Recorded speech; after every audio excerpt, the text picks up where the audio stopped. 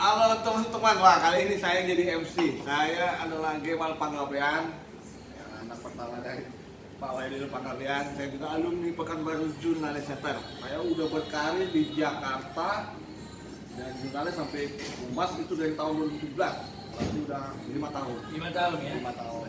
Nah, jadi teman-teman, ayah saya undang ke Jakarta itu untuk kita membahas bagaimana sebenarnya persoalan perhumasan dan jurnalistik yang ada di luar Pulau Jawa. Karena ayah kan kemarin sudah ke Kalimantan, kemarin sudah ke Sulawesi, apalagi ayah di Sumatera, di Riau, di Kepulauan Riau, di mana lagi di Sumatera Utara juga namanya tuh udah dikenal orang lah sebagai guru jurnalis, sebagai dosen, macam-macam, sebagai penulis buku, wah itu lagi.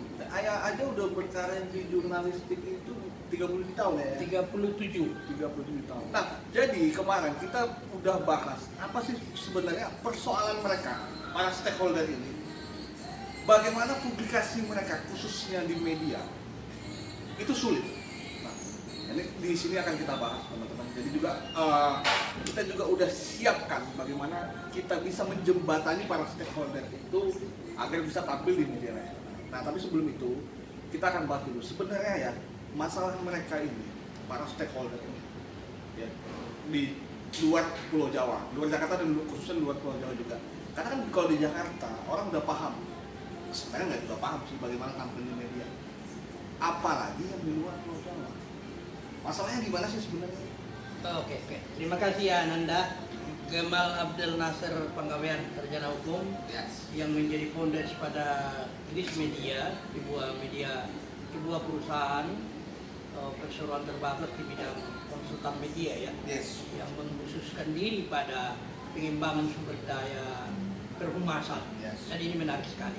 Dan kemudian ayah sangat berterima kasih sekali karena diundang ke Jakarta untuk menandatangani Memorandum of Understanding MOU antara Pekanbaru Jurnalis Center sebagai lembaga pendidikan wartawan yang sudah bergerak sekitar 17 tahun ya,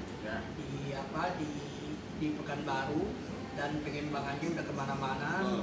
Dan Ananda sendiri Gemal adalah salah seorang alumninya yang sudah berkarir 5 tahun di Jakarta.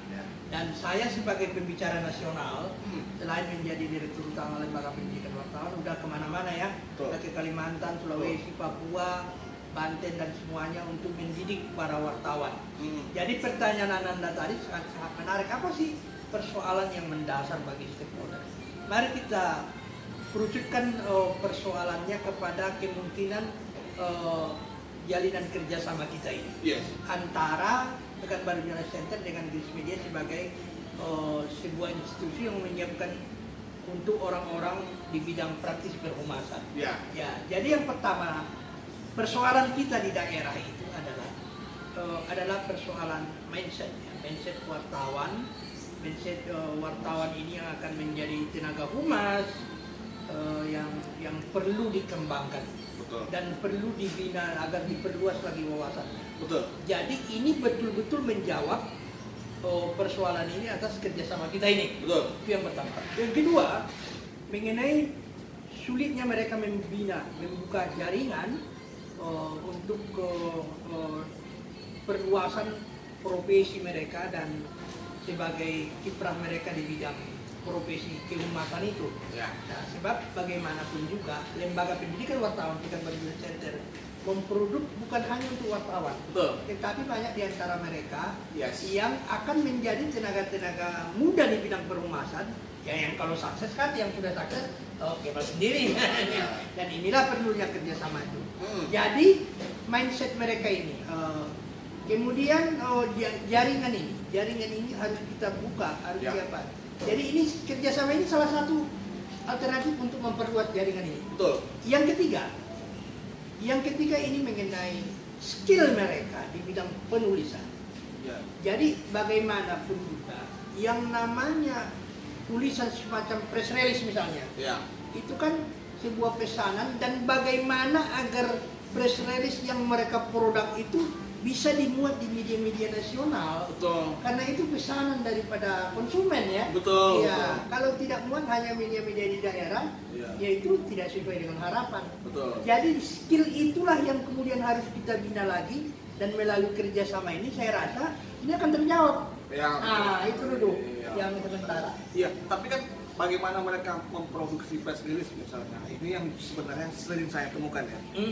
Ya kalau misalnya, kalau ayah saya bilang mindset, itu betul juga sih. Iya. Mindset. Kalau saya sih lebih sering menemukan bahwa di Jakarta saja Di Jakarta saja. mereka tuh tidak paham bagaimana struktur penulisan yang sesuai dengan media. Iya.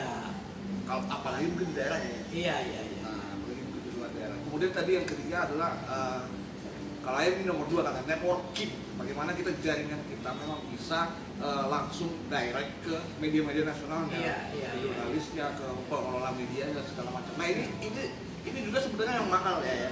Iya. Yang mahal banget. Tapi di Gris Media ini, teman-teman, dan kerjasama ini, kita bikin bagaimana stakeholder ini bisa tampil secara efisien. Benar kan ya? Karena mungkin Ayah nanti akan jelaskan bagaimana mereka membuang uang terlalu mahal, membuang uang terlalu banyak sehingga yang tidak perlu komunikasinya tidak sampai. Benar. Gimana ya? Menurut tanggapan Ayah? Iya. Itu efektivitas. Makanya kita jauh-jauh hari melihat ilmu ini sebenarnya ada pada Gris Media. Ya. Makanya kita dari Lembaga Pendidikan Wartawan Pekanbaru Jurnalistik Center yang telah memproduk lebih 1000 lulusan ya. Ya. Ada yang kita kerjasama dengan perguruan tinggi dulu, ada yang sudah menjadi wartawan, ada yang menjadi pemilik media, menjadi owner media, menjadi founder dan sebagainya. Malah di Jakarta, di Kalimantan, di mana-mana. Iya. Tetapi persoalan kita hari ini ada pada tumpuan itu, persoalan itu tadi. Bagaimana mungkin dia bisa memberikan kontribusi yang baik ketika dia menjadi tenaga perhumasan, Ya. tetapi produk yang dia tulis semacam press release saja yang dipesan tidak bisa diterima oleh media-media. Betul. Nah, disinilah saya berharap agar kerjasama ini bisa lebih intens Betul. untuk memecahkan persoalan ini. Betul. Jadi ini membantu teman-teman sebenarnya, membantu teman-teman semua yang ada di stakeholder, khususnya di luar Pulau Jawa, ya kan? Bagaimana ayah ini udah PJJ itu udah kemana-mana ya? Iya, sudah kemana-mana, sudah seluruh Nusantara. Seluruh Nusantara. Nah. Dan sebenarnya di Jakarta saja problem ini juga sebenarnya problem yang lumayan banyak, apa namanya? Problem yang sulit dipecahkan. Iya. Apalagi di daerah. Nah, itu kan. Nah, tapi kalau perlu teman-teman ketahui sebenarnya Gris Media itu tahun 2021 sudah menerbitkan lebih dari 2000 artikel press release. 2000 Artikel press release press release. di Indonesia. Mulai dari Media nasional. Apa media nasional? enggak, mulai dari kapan itu? 2021, sepanjang 2021. Luar biasa ya. Itu kliennya dari mana? Itu dari Indonesia banyak. Tapi juga ada dari Cina, Jepang, sama Singapura. Iya, iya, iya. Nah itu jadi Dari intensitas tingkat jumlah dari press release itu sangat berpengaruh terhadap daya latihan ya. betul. Tenaga-tenaga staf-staf kita Betul. ya. Nah itu dia. Itu betul sekali. Ya, Itu betul dan sekali. itu perlunya latihan ya. Itu kan? betul Ah. sekali. Itu betul. Jadi ada orang mungkin yang ingin tampil tuh sekali aja ya. It's okay, it's pilihan. Iya, tapi iya, iya. bagaimana satu tampilan sekali satu aja, media cuma 2. Tapi ya bagaimana efektif dong? Misalnya cuma media Kompas saja atau Tempo saja, tapi bagaimana itu efektif? Iya. Nah ini kita membantu teman-teman menciptakan mindset bahwa bagaimana yang seperti Ayah bilang tadi, latihannya harus apa sehingga coverage-nya itu banyak dan lebih efisien. Benar kan ya? Benar. Gimana ya? Benar. Nah, inilah persoalannya. Sekarang yang bilang Ananda Kemal Abdel Nasir itu terasa inti dari persoalan ini. Betul.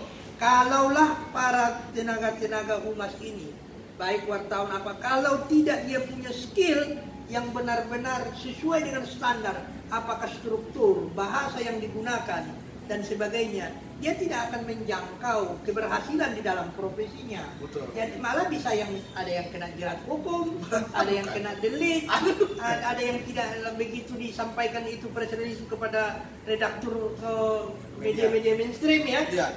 Media mainstream ini membutuhkan profesionalisme ya. Betul. Dan dia akan buang. Nah, di sini makanya saya menganggap kerjasama ini merupakan anugerah dari Tuhan Yang Maha Kuasa untuk bisa membantu para tenaga-tenaga ini, karena tenaga-tenaga perhumasan sekarang sangat banyak dibutuhkan. perusahaan-perusahaan terus mengalami eskalasi. Betul sekali. Apalagi di Jakarta. Betul Di sekali. daerah saja itu seperti di Dumai itu berapa industri yang membutuhkan itu. Iya. Di zaman sekarang ini memang zaman profesional, tidak lagi orang membutuhkan wartawan yang datang menggertak ini dan sebagainya. Tidak begitu, ini profesionalisme. Betul. Kalau betul-betul mau hidup dari tulisan, apakah dia jurnalis? Iya. Apakah dia tenaga humas? Iya. Ia harus meningkatkan skillnya. Iya.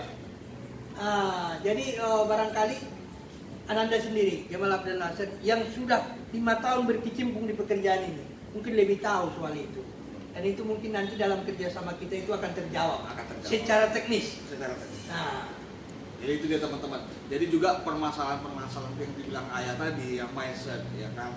Terus juga networkingnya juga harus betul-betul dijaga, betul-betul dicari, betul-betul ini kan. Ya bagaimana kita menghadapi wartawannya juga perlu diingat. Dan yang terakhir itu tadi mungkin Ayah bilang adalah bagaimana produk press release-nya ini, produk publikasinya ini bisa tersampaikan dengan baik. ya. Jadi tidak perlu mengeluarkan uang yang besar. Nah, uang nomor 2. Ya betul.